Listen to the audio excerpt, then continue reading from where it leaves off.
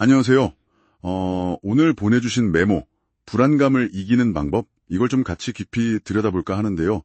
이게 보니까, 인생의 어떤 본질적인 어려움, 불안, 이런 얘기를 하다가 또 투사랑 연결을 시키더라고요. 좀 흥미로웠어요. 네, 네, 맞아요. 그 시작부터가 상당히 철학적이죠? 그렇죠. 바로 그 핵심 질문, 인생의 불안을 어떻게 이해하고 또 이걸 어떻게 다스릴 수 있을까? 여기서 시작하는데 메모 첫 부분에 그 석가모니 통찰을 인용했잖아요. 삶이 본래 고통이고 찰나다 좀 세게 나가죠. 네, 그렇죠. 처음엔 좀, 이게 무슨 얘기인가 싶을 수도 있는데, 메모는 그러니까 우리가 살면서 물론 행복한 순간도 많지만, 전체적으로 보면 좀 걱정하고, 불안해하고, 힘들어하는 시간이 더 많게 느껴질 수 있다, 이런 거죠. 네. 뭐랄까, 영혼이 평안한 상태보다는 좀 불안정한 상태가 기본값일 수 있다. 그런 시각이에요. 그럼 이 불안감, 피할 수도 없는 것 같은데 이걸 그럼 어떻게 하라는 걸까요? 메모에서 나온 비유가 저는 되게 인상 깊었거든요. 불안감 자체보다는 자신의 그릇을 키워라. 네, 맞아요. 그 비유. 그게 정확히 무슨 뜻일까요? 그릇을 키운다는 게. 그러니까 불안이라는 감정 자체를 없애거나 부정하려 들지 말라는 거죠. 그 대신에 그 불안감을 담아낼 수 있는 내 안의 공간, 그 그릇 자체를 키우라는 거예요. 아, 내면의 공간이요? 네. 방법으로는 꾸준히 책 읽고 또 깊이 생각하고 사색이죠. 다른 사람들이랑 좀 의미 있는 대화도 나누고 명상이나 수양 같은 거 있잖아요. 네네. 그런 걸 통해서 내면의 힘, 그릇의 크기 자체를 키우면 불안이라는 감정이 나를 막 휘두르지 못하게 된다는 거죠. 불안의 파도에 휩쓸리는 게 아니라 그걸 담아내는 큰 배가 되라는 거군요. 그렇죠. 아주 좋은 비유네요. 작은 조각배가 아니라 큰 함선이 되는 거죠. 이게요, 비단 3분만 아니라 메모에서는 이걸 또 투자랑 연결을 시키잖아요. 네네. 그 지점이 또 흥미롭죠. 작성자분이 거의 40년 투자를 하셨다고 했는데 그 경험이 녹아있는 것 같아요. 어떻게 연결이 되는 건가요? 바로 그거죠. 투자 세계도 삶이랑 똑같다는 거예요. 늘 불안감을 휩싸여 있다는 거죠. 아시겠지만 시장은 예측 불가능하고 어떨 때는 정말 수익 났을 때 기쁨보다 손실 봤을 때 그 고통이 훨씬 크잖아요. 아, 그렇죠. 훨씬 크죠. 네, 그 투자에서 오는 괴로움도 결국은 이 불안이라는 감정에서 온다는 거예요. 그럼 투자에서의 불안을 극복하는 방법도 결국 내면의 그릇을 키우는 거랑 좀 비슷한 맥락인가요? 네, 비슷한데 조금 더 구체적인 전략이 나와요.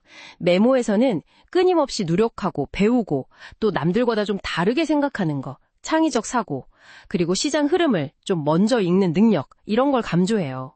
아, 통찰력. 네, 특히 그 안전마진 상태, 이걸 강조하죠. 그러니까 기업의 본질 가치보다 가격이 현저히 싸다고 판단될 때 그때 남들보다 먼저 싸게 사는 용기, 지혜 이게 필요하다는 거예요. 안전마진. 그 개념이 중요하게 나오네요. 또 그 월스트리트 격언 인용한 것도 있었죠. 황소랑 곰은 돈을 벌지만 탐욕스러운 돼지는 도살장에 끌려간다. 네, 맞아요.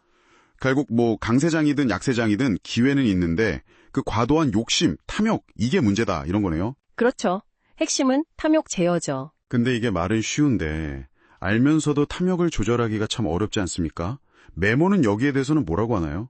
맞아요. 그게 진짜 어려운 부분이죠.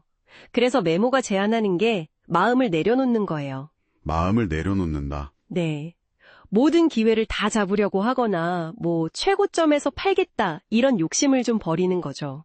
그 대신 자기가 정한 원칙 그리고 아까 말한 그 안전마진이라는 기준 이걸 지키는 태도가 중요하다는 거예요. 예를 들면 어떤 걸까요? 예를 들어서 모두가 막 공포에 질려서 팔 때 있잖아요. 시장 폭락할 때.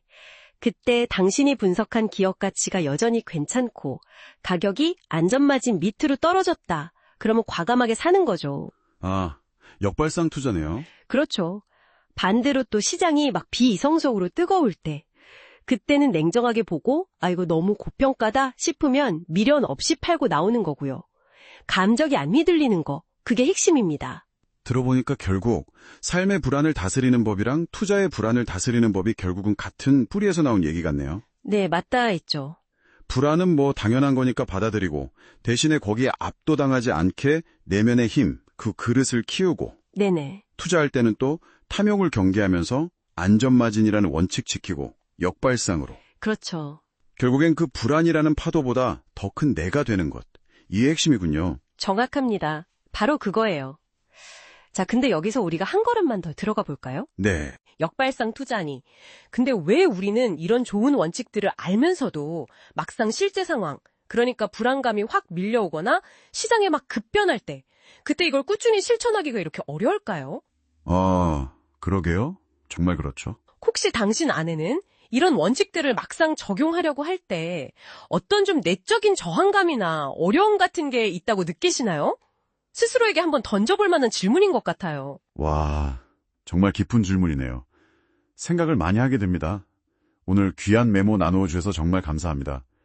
오늘 나눈 이야기들이 불안이라는 감정에 대한 당신의 생각에 조금이나마 새로운 실마리나 영감을 더했기를 바랍니다.